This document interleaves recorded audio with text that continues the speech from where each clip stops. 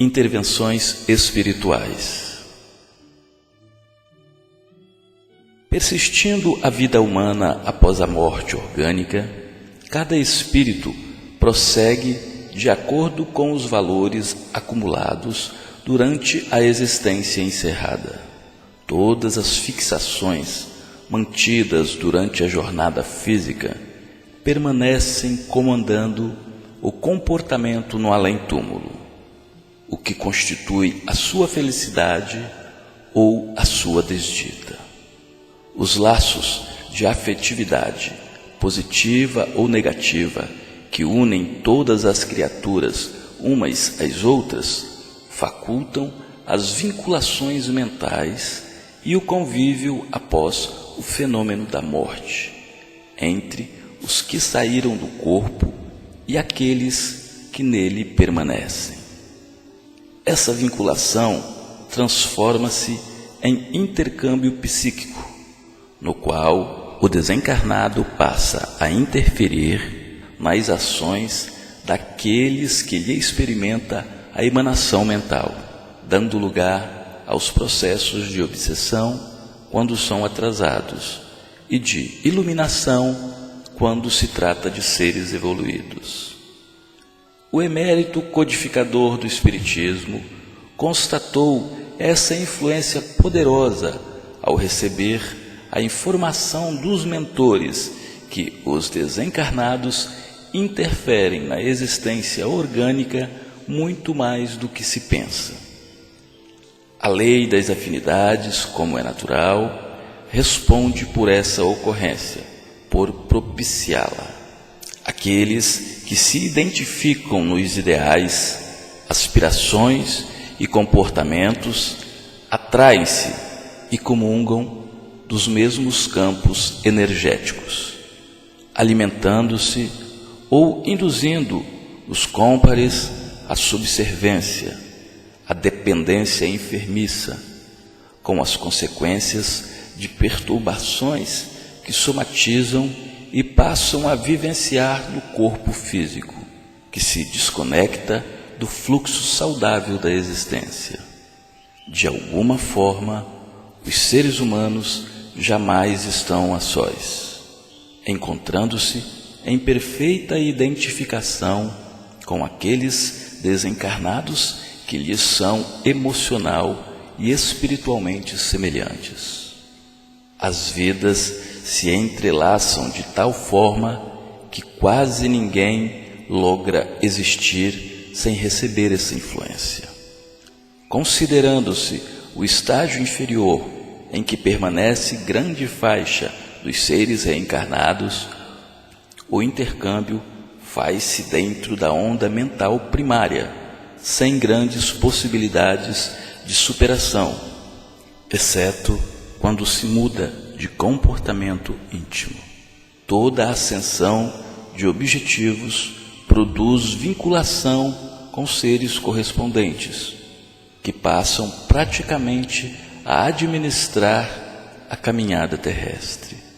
O hábito de conservar-se pensamentos pessimistas, de sofrimento, assim como de futilidades, e viver-se comportamentos menos dignos, atrai espíritos do mesmo nível moral, que passam a conviver na psicosfera do encarnado, locupletando-se com as energias morbosas, ao mesmo tempo transmitindo aquelas que lhes são peculiares.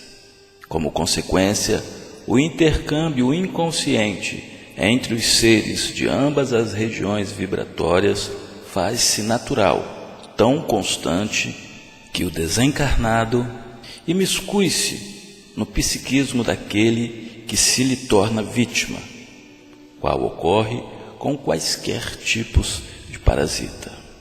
O invasor nutre-se do cavalo que o hospeda a princípio, até tornar-se usurpador das suas energias, que passam a nutrir a sua vítima.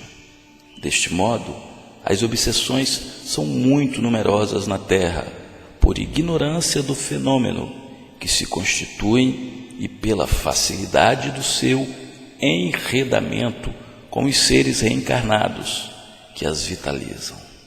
Como a dependência de muitos espíritos é muito grande em torno das energias animais dos seres humanos, quando estes começam a despertar para a realidade e dão início às tentativas de libertação, são muito mais agredidos e vitimados. Verdadeiras técnicas são utilizadas pelos enfermos espirituais que permanecem na psicosfera humana, inspirando ideias perturbadoras e perversas, doentias e insensatas, que lhes facilitam a continuação do intercâmbio mórbido. A recomendação de Jesus em torno do vigiai e orai estende-se a essas ocorrências como terapia preventiva a males de tal natureza. As mentes vazias de pensamentos elevados, cheias de queixas e animosidades, que se permitem vigiar os outros e afligi-los, tornam-se campo favorável à exploração dos obsessores, ou simplesmente ignorantes da sua realidade, submetendo os frívolos e ociosos ao seu talante. As raízes, portanto, de muitos males que aturdem e fazem sofrer a sociedade terrestre encontram-se fincadas nas ondas do mundo espiritual. Geram tremendos embates que podem ser evitados com o hábito saudável da oração, da prática de ações enobrecedoras, de esforços pessoais em favor da própria transformação moral para a melhor. Quando as saudáveis lições do Evangelho de Jesus tornarem-se diretrizes de segurança e as revelações do Espiritismo forem absorvidas, entender-se-á com mais facilidade que não existem dois mundos, como habitualmente se crê, o espiritual e o material, mas apenas um mundo em variados graus de manifestação. Ter-se-á mais cuidado com os pensamentos, as palavras e os atos, porquanto todas essas expressões de vida e atividade mesclam-se nas duas esferas, produzindo ressonâncias equivalentes ao teor vibratório de que se constituem. As criaturas humanas compreenderão que a jornada espiritual é uma continuação natural da física, podendo construir o melhor possível para si mesmas, desde então preparando o seu futuro imortal. Na atualidade, em razão da perda do sentido ético pela cultura e em razão do incêndio das paixões, da libido nas suas várias expressões, o comportamento se faz totalmente materialista, mesmo nos círculos ditos espiritualistas.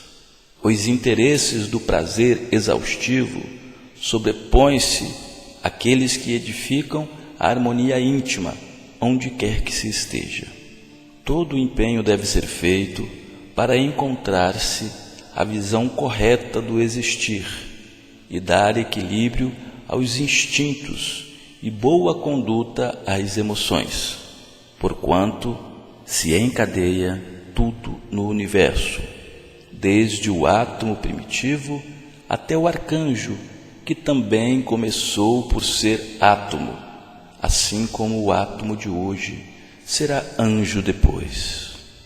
As obsessões são, portanto, muito mais numerosas do que se pode imaginar, e ninguém está livre de ser-lhes vítima, caso não esteja em vigilância e ação na esfera do bem. Quando as psicopatologias forem entendidas melhor, revelarão nas causas endógenas das doenças mentais e psicológicas a presença do ser imortal, desencarnado, influenciando com força aqueles que se encontram mergulhados no vaso carnal. Por diversas razões, busca primeiro o reino de Deus e sua justiça, e tudo mais te será acrescentado, conforme propôs Jesus. Porquanto no mundo somente terá aflições, em razão da transitoriedade da própria existência orgânica e das conjunturas de que se constitui. Joana de Ângeles, psicografia de Valdo Pereira Franco.